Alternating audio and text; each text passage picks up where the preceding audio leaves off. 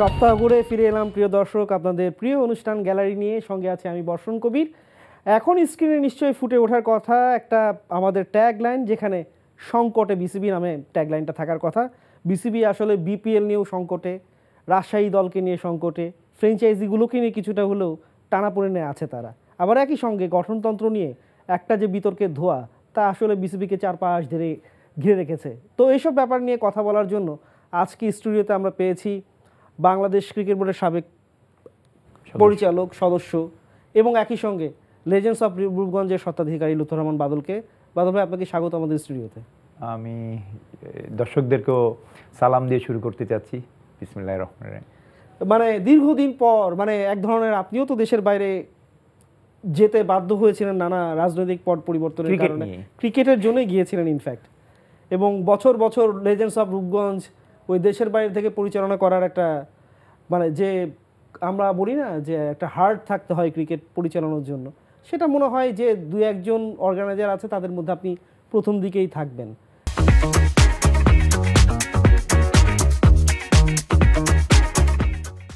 কি মোটিভেশনটা কি ছিল দেশের বাইরে যখন আপনি ব্যবসা বাণিজ্য মোটামুটি চুলোয় রেখে গিয়ে থাকতে বাধ্য হলেন এবং একই সঙ্গে রূপগঞ্জে এগিয়ে নিয়ে যাচ্ছিলেন? আপনি দেখুন যে কোনো একটা সুন্দর মানুষের সুস্বাস্থ্যটার আগে আমরা সবসময় বলি যে আল্লাহ সুবহানাহু ওয়া তাআলা আমাদেরকে রিজিক দিয়েছে। রিজিকটা অ্যাকচুয়ালি প্রথম কিন্তু স্বাস্থ্য, এবং স্বাস্থ্যের সুস্থ রাখার জন্য আপনার ভিতরে যে ভালো লাগাটা, যে কোনো একটা ভালো লাগাকে আপনাকে কাজ করতে হবে, যে পেশেন্স থাকতে হবে যে আপনার ভালো লাগাটা কিসের উপরে নির্ভর করে। তা আমার ভালো লাগাটা বা পেশেন্স হলো যে ক্রিকেট। দেখুন, আমি ক্রিকেট যখন আমি খেলতাম, ফার্স্ট ডিভিশনে খেলতাম, তারপরে আপনি দেখেছেন সংগঠক মডার্নের এই ম্যানেজার ছিলাম, ওইখান থেকে চ্যাম্পিয়নশিপ জানেন আপনারা, রানা তুঙ্গা, জয়শ্রিয়া, যে সময় 96-এ তারা ওয়ার্ল্ড কাপ চ্যাম্পিয়ন হয়েছে। ওই ওয়ার্ল্ড কাপ থেকে ডাইরেক্ট আমরা এখানে দামাল, তখন সুন্দর একটা দামাল সামাল ক্রিকেট হতো। আমি কিন্তু ওই ম্যানেজার ওই অবস্থা থেকে ওই দুজনকে ওই ওয়ার্ল্ড কাপের টিম থেকে, আমার মনে আছে জয়শ্রিয়া তখন একটা বিশ্ব সুন্দরী মানে ইসের পরে ওয়ার্ল্ড কাপের বিশ্ব সুন্দরী প্রতিযোগিতার ওর জাজ ছিল, ঠিক জাজ শেষ করে রাত্রে ফ্লাইট ধরে আমাদের এখানে দামাল সাউল ক্রিকেট খেলে গেছে। তো এই ক্রিকেটটা হলো এরকম পেশেন্স আমার, যে ব্যবসা বাণিজ্যের পরে ক্রিকেট হলো আমার সবচেয়ে ভালো লাগার জিনিস। সেজন্য এই ভালো লাগা থেকেই ক্রিকেটকে আমি এই জায়গাটায় আমি আমার স্থানে আর কি ক্রিকেট এই জায়গাটা। এই রূপগঞ্জকে যে নিয়ে আসা, তারপর রূপগঞ্জের প্লেয়ার সময় মতো ঢাকা প্রিমিয়ার লিগে না পাওয়া, একটা বা দুটো দল প্রচুর ভালো প্লেয়ার ক্যাটার করার পর যেগুলো উচ্ছিষ্ট থাকতো সেটা দিয়ে রূপগঞ্জ বা অন্যান্য ক্লাবগুলো আর কি দল পরিচালনা করতে হতো। গত 10-12 বছর ধরে তো এটা একদম সবার সামনে উন্মোচিত একটা সত্য। না, আপনি দেখেন যে 10 বছরে আমাকে কিন্তু টিম করতে দেওয়া হয়নি। তারা যেসব প্লেয়ারদেরকে আমরা নিতে চেয়েছিলাম তাদেরকে খেলতে দিত না। একটা গোষ্ঠী বিভিন্নভাবে ইয়াং প্লেয়ারদেরকে বলতো, আপনারা জানেন একটা টিম না, ওরা 3-4টা টিম করতো। ইয়াং প্লেয়ারদেরকে একটা টিমে খেলাতো, ন্যাশনাল টিম, ফুল ন্যাশনাল টিম, দ্বিতীয় সারির ন্যাশনাল টিমও একটা টিমে খেলতো। তো সেই জন্য আমি দলবদল করার থেকে, আপনারা জানেন যে 3টা ডিফারেন্ট টিমকে আমি 3বার পরপর 3বার চ্যাম্পিয়ন করেছি। তারপরে কিন্তু মোহামেডানকে সেই চ্যাম্পিয়ন করে দিয়েছি 2009, এখন পর্যন্ত চ্যাম্পিয়ন হয় নাই। তারপরে চ্যাম্পিয়ন করেছি ভিক্টোরিয়াকে, তারপরে চ্যাম্পিয়ন করেছি আমার নিজের দল লিজেন্ড অফ রূপগঞ্জকে। তারপরের থেকে কিন্তু আপনি দেখেন যে এই গ্রাফটা আমাকে আর চ্যাম্পিয়ন হইতে দেয় নাই। ওইখান থেকে কিন্তু এই ক্রিকেট বোর্ডের সাথে আমার সাংঘর্ষিক, এবং জানেন আমি ক্রিকেট বোর্ডকে প্রেসিডেন্টকে বিভিন্নভাবে তাকে আমি বলবো যে অ্যাকিউজ করেছিলাম, যেগুলি এখন সবাই বলতেছে। আমি মনে করি ওই অ্যাকিউজের কারণে থেকে আমাকে 5টা কেস দিয়েছিল। আমি ওই রাত্রেই অ্যাকচুয়ালি বাংলাদেশ ত্যাগ করি। তারপরে এখন আসলাম, এবং এই 10 বছরের মধ্যে আমাকে কোনোভাবেই চ্যাম্পিয়ন টিম করতে দেওয়া হয়নি। আপনারা দেখেছেন যে 2014-তে যখন আমি দেশ ত্যাগ করি, ওই বছরও তামিম সাকিব আমার টিমে খেলেছে, কিন্তু সামহাও তারা আম্পায়ার ম্যানিপুলেশন করে আমাকে 2 না 3 নাম্বার করেছে। আমি প্রচুর চেষ্টা করেছি যে স্রোতের বিপরীতে কিভাবে চ্যাম্পিয়ন করা যায় সেটার একটা রেকর্ড করার জন্য। আমি পারি নাই, এটা আমার ব্যর্থতা। বাট আমি রানার্স আপ হয়েছি, তৃতীয় হয়েছি। আমাকে যেভাবে টিম করতে দিয়েছে আমি চেষ্টা করেছিলাম চ্যাম্পিয়ন, এবং 2-3 বার খুব ক্লোজ আপনারা দেখেছেন চ্যাম্পিয়ন হওয়ার জন্য, কিন্তু অন্য টিমের উপরে নির্ভর করে তারা আমাকে একটা দেখেন যে আমরা একবার চ্যাম্পিয়ন হয়ে গেছিলাম, গিয়ে দেখি যে ব্রাদার্সের সাথে খেলা, পিচের মধ্যে পানি ফেলে রেখেছে ওই খেলাটা আমাকে বিকেএসপিতে। তো এই মানে বিভিন্নভাবে, এমন না যদি শুধু আমি ক্রিকেট প্লেয়ার নিতে চেয়েছি তাই সেটা দেয় নাই, তারা আমাকে বিভিন্নভাবে যাতে আমি চ্যাম্পিয়ন না হইতে পারি সেই ব্যবস্থা করেছে। এটা আমার কপালে নাই। ওই রেজিম তো শেষ, নতুন রেজিমের উত্তরণে বাংলাদেশের ক্রিকেটের পথের দিশা অনেকে খুঁজতে চেয়েছিল, যেটা বলছিলাম আর কি। তো কেন বাংলাদেশের ক্রিকেট সংকটে বা বিসিবি সংকটে, এটা নিয়ে আসলে আপনাদের ক্লাব প্রতিনিধিরা সম্প্রতি একটা বিশাল মতবিনিময় সভা করেছেন একটা কনস্টিটিউশনের খসড়া নিয়ে, যেটা এনটিভি প্রথমে ব্রেকআউট করেছে, ব্রেকথ্রু দেওয়ার পর। এখন আমাদের মনে হয় যে ওইখানে কি বলেছেন আপনাদের ক্লাব প্রতিনিধিরা, এটা শোনার পর আমরা আপনার কাছে আবার আসছি। প্রস্তাবিত গঠনতন্ত্রে আমাদেরকে অপমান করা হয়েছে। কাউন্সিলের সংখ্যা দেখেন 76 থেকে 30 জনে নিয়ে আসছে, এটা মানার যোগ্য নয়। এবং এটা যদি তারা আগামী 3 দিনের ভিতরে একটি সদুত্তর না দেয়, তাহলে আমাদের সমস্ত ক্লাবগুলি কিন্তু খেলা থেকে বিরত থাকবে যতদিন পর্যন্ত এটা সংশোধন না করা হবে। আমরা আশা করি 19 তারিখের আগেই এই সমস্ত হয়তো মিটে যাবে। যদি মিটে যায় তাহলে তো ভালো। উনি কি সিট থেকে পদত্যাগ করেছেন আপনি বলেন? আমার জানা মতো উনি করেননি, উনি আবার এনএসসি থেকে আসছেন। এবং উনি কিভাবে একজন সংগঠক না হয়ে কোন সংগঠকদের সাথে আলোচনা না করে একটা কনস্টিটিউশন তৈরি করেন। সো আমি চরমভাবে তার পদত্যাগ কামনা করছি। মানে আপনি এখানে ছিলেন এবং আপনি অনেক হাইলাইট পয়েন্টও দিয়েছেন। বিশ্ব রেকর্ড করছে এই বোর্ড, ফারুক আহমেদের নেতৃত্বাধীন এই বোর্ড, মাত্র 9 জন পরিচালক, মানে এতগুলো পরিচালক নিজেরা স্বেচ্ছায় সরে গেছেন, কেউ কেউ সরে যেতে বাধ্য হয়েছেন। অনেক ভ্যাকুয়াম জায়গা আছে, তারপরও তারা ওইসব জায়গাতে কোনো নির্বাচিত প্রতিনিধি না নিয়ে এসে বোর্ডটা পরিচালনা করছেন, এবং যারই ফলশ্রুতিতে এই কনস্টিটিউশন নিয়ে একটা ডিবাকল উঠে গেছে। এটা যদিও খসড়া ছিল, প্রস্তাবিত ছিল, কোথাও প্রেরণ করা হয় নাই, তারপরও আপনারা ব্যক্তিগত ভাব পর্যায়ে থেকেও প্রচণ্ড রকমের অফেন্ডেড ফিল করেছেন, বিং দ্য অর্গানাইজার আর ক্লাব ওনার। আসলে অবস্থাটা কী এখন? আপনারা দেখুন যে আমাদের এই মিটিংয়ের পরে তারা একটা জরুরি মিটিং বসেছে। মিটিং থেকে আমরা পত্রপত্রিকার মাধ্যমে শুনেছি যে এটা একটা খসড়া, এখন পর্যন্ত ক্রিকেট বোর্ড মিটিংয়েও উঠে নেই। এখন ওটা ওঠার পরে এটা বোঝা যাবে এটার পজিশনটা কী আছে। আর আমাদের হয়তোবা আমাদের সংগঠক থেকে আমরা হয়তোবা বোর্ড প্রেসিডেন্টের সাথে দেখা করব। আমরা আমাদের জায়গা থেকে আমরা কাজ করে যাচ্ছি। এখন বাকিটা ক্রিকেট বোর্ড এবং যারা এই ইয়ের সাথে জড়িত তারা কিভাবে এটাকে নেয় বা করেন তার উপরে। বাট আপনি যদি দেখেন যে ক্রিকেটের সত্তাটা আজকে ক্লাব ক্রিকেট, এই ক্লাবের আমরা যারা মালিক, এদের হাত ধরেই কিন্তু আজকে আমরা এই বাংলাদেশ ক্রিকেট এই জায়গায় এসেছে। আপনারা কেউ বিশ্বাস করুক আর না করুক, আপনারা যদি দেখেন যে মোহামেডান আবাহনীর না, সেদিন তো আপনি ডায়াসে দাঁড়িয়ে বলছিলেন যে হিসাবটা দিয়েছিলেন যে প্রত্যেক বছরে 100 কোটি টাকা, 100 কোটি। এই 100 কোটি টাকা আপনি যদি দেখেন কোনো জেলা থেকে কি কোনো জায়গায় টাকা কোনো লিগ হয়? অনেক সময় আমরা দেখেছি যে লিগ না করেও তারা বিভিন্নভাবে তাদের বাজেটে টাকা উঠানো হয়। যাক, ওগুলির মধ্যে সমালোচনা না করে আমরা যেটা করতে পারি যে আমরা কিভাবে এগিয়ে যেতে পারি সেই জিনিসগুলি। আমাদের ক্লাবগুলিকে বাদ দিয়ে আপনার ক্রিকেট বোর্ড চালানো যাবে না, এবং এই ক্রিকেট বোর্ডকে চালাতে হলে আপনাকে ক্লাবগুলির সাথে নিয়ে চালাতে হবে। আজকে ক্লাবগুলি যেভাবে ক্রিকেটকে ফান্ডিং করতেছে, এই যে আমরা ক্রিকেটে টাকা ঢালতেছি, আমাদের তো কোনো স্বার্থ নাই এখানে। তো আমি ক্রিকেট থেকে আমি কিছু পাইনি এখানে। আপনি যদি খেয়াল করেন যে একটা গোষ্ঠী, যারা পৃথিবীতে 2 রকম লোক আছে, একটা হলো গিভার আর একটা হলো টেকার। এখানে ক্রিকেটকে যারা গিভার সাইডে আছে তাদেরকে আনা উচিত, যারা টেকার সাইডে আছে তারা সবসময় ক্রিকেটকে লুটে খাবে। এটা আপনাকে মানে আমাদেরকে বুঝতে হবে যার কারা গিভার এবং কারা টেকার। আপনি যদি এই ক্রিকেটের মধ্যে যারা দেখতে হবে যে কারা গিভার, তাদেরকে যদি পিক অ্যান্ড চুজ করে আজকে ক্রিকেট বোর্ড চালানো হয়। আজকে দেখেন যে 9 জন, যে আমি যেটা বললাম যে বিশ্ব রেকর্ড করেছে, 18 কোটি মানুষ, 18 কোটি মানুষের মধ্যে 9 জন ক্রিকেট বোর্ড চালাচ্ছে। ইভেন এই চালানোর মধ্যে যারা বাংলাদেশ ক্রিকেট বোর্ডে মানে এনএসসি যেই কোঠা থেকে তারা সভাপতি নির্বাচন করেছে, যে কোটা থেকে তারা দুজনকে পাঠিয়েছে, ওরা দুজন নিজেদের মধ্যে ঝগড়া। এই ঝগড়ার মধ্যে আমি খুবই ইন্টারেস্টিং পয়েন্ট, আমরা একটু নাজমুল আবেদিন ফাহিমের এই বক্তব্যটা শুনে এসে আমি ইয়েতে আপনার সঙ্গে আবার যোগাযোগ করছি। আমার মনে খুব আর্লি একটা রেসপন্স এসছে ঢাকার ক্লাবগুলির কাছ থেকে। তবে আমি বুঝতে পারি যে তাদের রেসপন্সের অযৌক্তিক, আমি সেটা বলবো না। আমাদের যে প্রস্তাব বোর্ডের কাছে প্লেস করবে, বোর্ড সেটা স্ক্রুটিনি করবে। বোর্ড ভাবতে পারে যে না, এটা এখানে ঠিক আছে, এখানে ঠিক নেই, বোর্ড এটা ফার্দার নাড়াচাড়া করতে পারে, এবং সেখান থেকে যেটা যাবে জেনারেল কাউন্সিলের কাছে।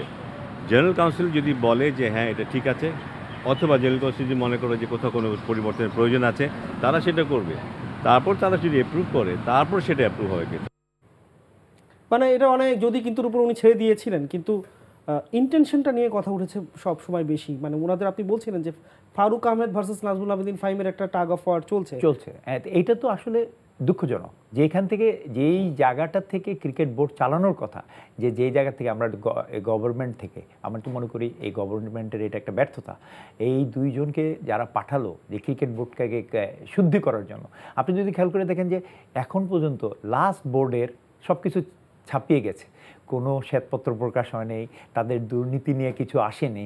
আপনি এখন ক্রিকেট সামনের দিকে যাওয়ার জন্য আমরা ঢুকতেছি, বিপিএলের পেমেন্ট নাই।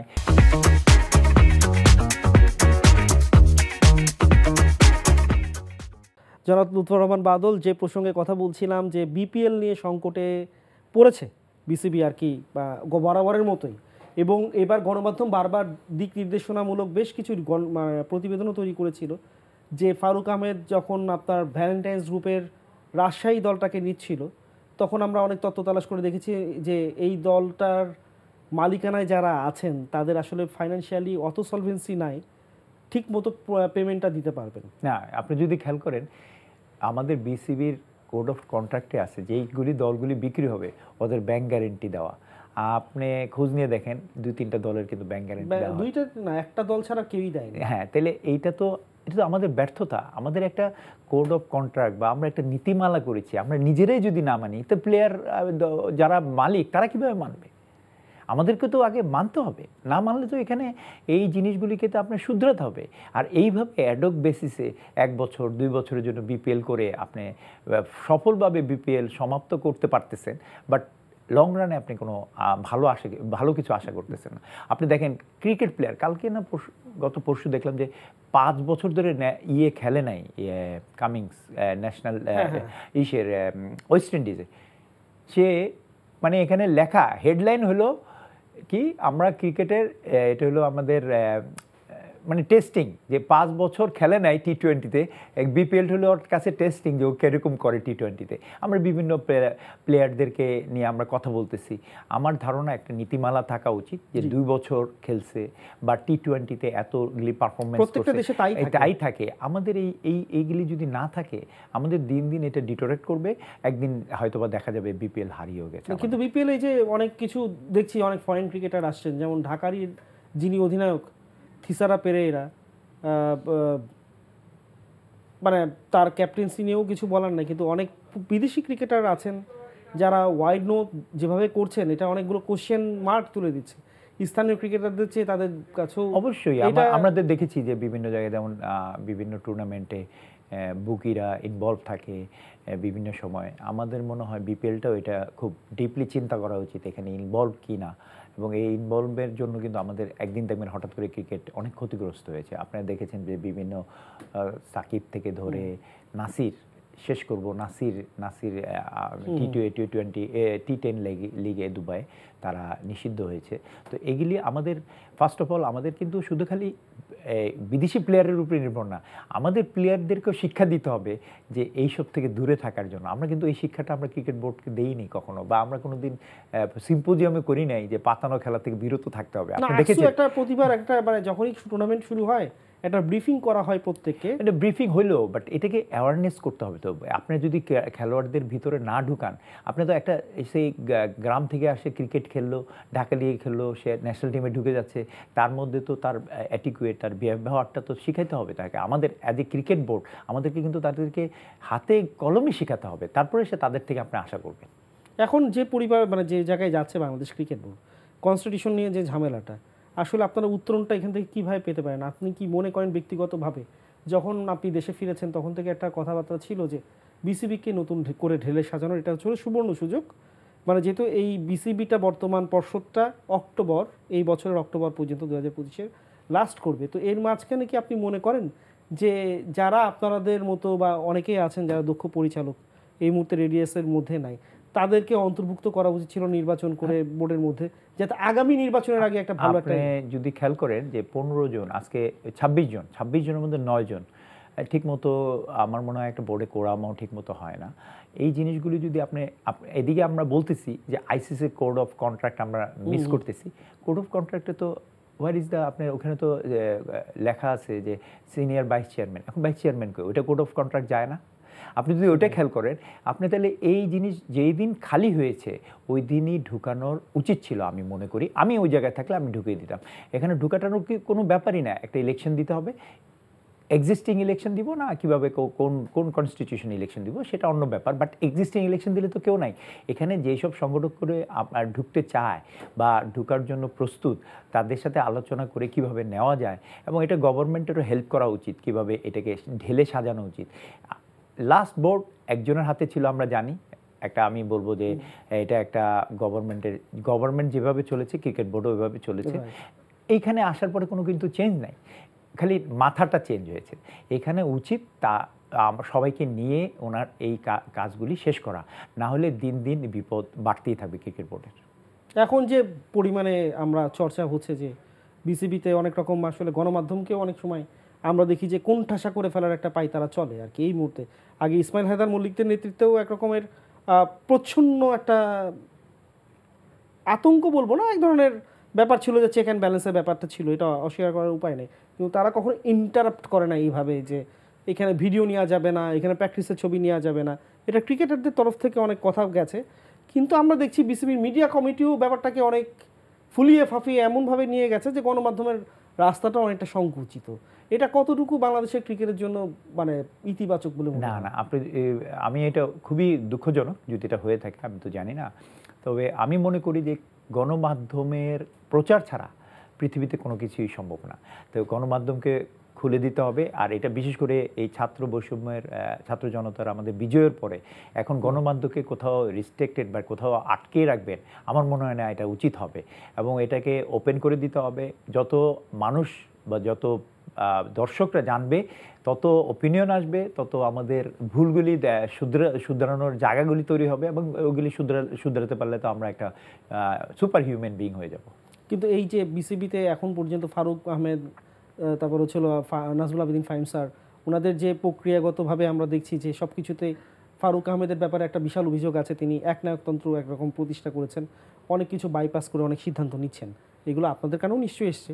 ফাহিম স্যার হচ্ছেন যে টেকনিক্যাল আসপেক্ট থেকে যে কনস্টিটিউশন করতে গিয়ে একটা মোটামুটি এটা যেহেতু খসড়া, এটা নিয়ে আসলে এখনই ভার্ডিক্ট দেওয়ার সময় হয়নি, কিন্তু যেহেতু একটা জিনিস সামনে চলে আসছে, ইন্টেনশনটা নিয়ে কোশ্চেন চলে আসছে, যেহেতু আগে 7 জন আছেন বোর্ডের, তারা তো আগে থেকে টেস্টেড বা সমালোচিত বা আলোচিত মাহবুব আনামদের নেতৃত্বে যারা আছেন তারা, কিন্তু এই দুজনের কার্যক্রমকে আপনি কিভাবে আলাদাভাবে বাইসেক্ট করবেন?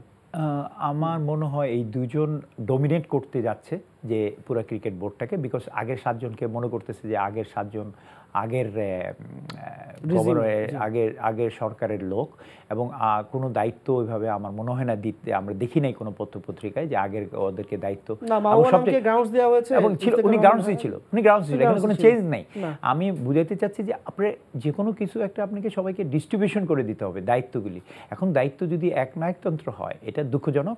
আর এই যতদিন এই ডিস্ট্রিবিউশন না হবে আপনার সব জায়গায় হসপসটা তৈরি হবে, এবং যেটি এখন আমরা ক্রিকেটের যেটা বলতেছিলেন যে আমরা সংকটে, দিন দিন এগুলি সংকট বাড়তে থাকবে। এবং আমি বিভিন্নভাবে দেখেছেন যে ফাহিম সাহেব, 2 ফাহিম আছে, আমি বলবো যে এটা বড় ফাহিম, ফাহিম সিনা আছে, তো একজন ছোট ফাহিম একজন বড় ফাহিম। তো আমি মনে করি যে বড় ফাহিম এবং আর যে ক্রিকেট বোর্ডের প্রেসিডেন্ট, এই 2 জনের মারামারিটা শুরু হওয়া উচিত। আর যদি ওরা না পারে আমার মনে হয় তাদেরকে পদত্যাগ করা উচিত। আমি হলে তো ওই জায়গায় তাই করতাম। মানে এটা কি আসলে সাংগঠনিক দক্ষতা বলবো না, যেহেতু এখানে গভর্নমেন্টের অনেক পার্ট বাকি, কিন্তু চ্যাম্পিয়ন্স ট্রফিতে সাকিব আল হাসানকে শুধুমাত্র ব্যাটার হিসেবে খেলানোর ঝুঁকিতে যায়নি নির্বাচক কমিটি। সাকিব আল হাসানের যেহেতু বোলিং এখন কোশ্চেনেবল এবং তিনি 2 জায়গায় টেস্ট দিয়ে ফেল করেছেন, আপনার কি মনে হয় যে এন্ড অফ সাকিব আল হাসান বলার সময় চলে এসছে, মানে আমরা কি সাকিবকে একেবারেই শেষ দেখে ফেললাম? নো, আমি আপনার সাথে একটু ডিফার করতেছি। আপনি না না, আমি বলছি, আমিও কিন্তু একমত দ্বিমত না, আমি জাস্ট কোশ্চেনটা করলাম। আপনি যদি একটা খেয়াল করে থাকেন, হয়তো ও রাজনীতিতে তার এন্ট্রি, তার ভুল হয়েছে, এটা আমরা সবাই জানি যে ওকে রাজনীতিতে যাওয়া উচিত হয়নি, আমি মনে করি। আমরা একদম শেষ মিনিটের আলোচনায় আছি যে এই যে এটা অর্গানাইজিং ক্যাপাসিটিতে হয়তো বিসিবি সামগ্রিকভাবে দোষ দেওয়া যাবে না, কিন্তু সাকিব আল হাসানকে বা তামিম ইকবালকে, যেহেতু দুজনেই আইকনিক, তামিমের বিদায়টাও খুব মানে আবার সোশ্যাল মিডিয়া কেন্দ্রিকই হলো, মানে এত বড় উচ্চতায় থাকা দুজন ক্রিকেটারকে ঠিকমতো হ্যান্ডেল করতে না পারার দায়িত্ব তো পাপন সাহেবের থেকে শুরু করে ফারুক সাহেবের ঘাড়েও পড়ে কিছুটা হলো। আপনি কি এটার সঙ্গে একমত কিনা? অবশ্যই তামিম আরেকটা লিজেন্ড। আমি মনে করি তামিমকেও বোর্ড ঠিক মতো হ্যান্ডেল করে নাই। সেমভাবে দেখেন যে এইসব তামিম, মাশরাফি, রিয়াদ, মুশফিক, আমরা যে পঞ্চপাণ্ডব বলি, সাকিব, আমরা এদের এখন পর্যন্ত সুন্দরভাবে রিটায়ারমেন্ট আমরা দেখিনি। হ্যাঁ, যেটা একমাত্র শুধু মাশরাফির ক্ষেত্রে আমরা সিলেটে দেখেছি, তাও ক্যাপ্টেন্সি থেকে, নট ন্যাশনাল টিম থেকে। স্টিল সে ন্যাশনাল টিমের জন্য খেলার জন্য সে প্রস্তুত। তা আমার মনে হয় এই জিনিসগুলিকে, এই লিজেন্ডদেরকে কিভাবে বিদায় দিতে হবে, এটার একটা নীতিমালাও থাকা উচিত। ওরা আমাদের জন্য একটা ব্র্যান্ড, এবং এই ব্র্যান্ডগুলিকে পালতে হবে। এটা শুধু খালি খেলার মাঠে না, মাঠের বাইরেও একটা ব্র্যান্ড। এই তামিম, সাকিব, মাশরাফি, মুশফিক, রিয়াদ, এরা সুন্দরভাবে কিভাবে ক্রিকেট থেকে বিদায় নিবে এবং বিদায়ের পরে তাদের থেকে আমরা কি আশা করব, সেটাও আমাদেরকে ঠিক করতে হবে। এটাও আমরা আশা করি যে সামনের বিসিবির এই বিপাক থেকে যদি মুক্তি পায় তারা চিন্তা করবে। লুৎফর রহমান বাদল, অনেক দিন পর আপনাকে স্টুডিওতে পাওয়া গেল, আপনাকে অনেক অনেক ধন্যবাদ। আমরা আশা করি সামনে আবারও আপনাকে স্টুডিওতে আমন্ত্রণ জানাতে পারবো। ওকে, এনটিভির দর্শকদেরকে ধন্যবাদ, এনটিভিকেও ধন্যবাদ, আপনাকেও ধন্যবাদ। আসসালামু আলাইকুম। প্রিয় দর্শক, আজকের গ্যালারি এই পর্যন্ত। আগামী সপ্তাহে আবারও ফিরে আসবো বাংলাদেশের ক্রিকেট এবং ক্রীড়াঙ্গনের নানা রকম ব্যবচ্ছেদ নিয়ে। ততক্ষণ পর্যন্ত ভালোই থাকুন।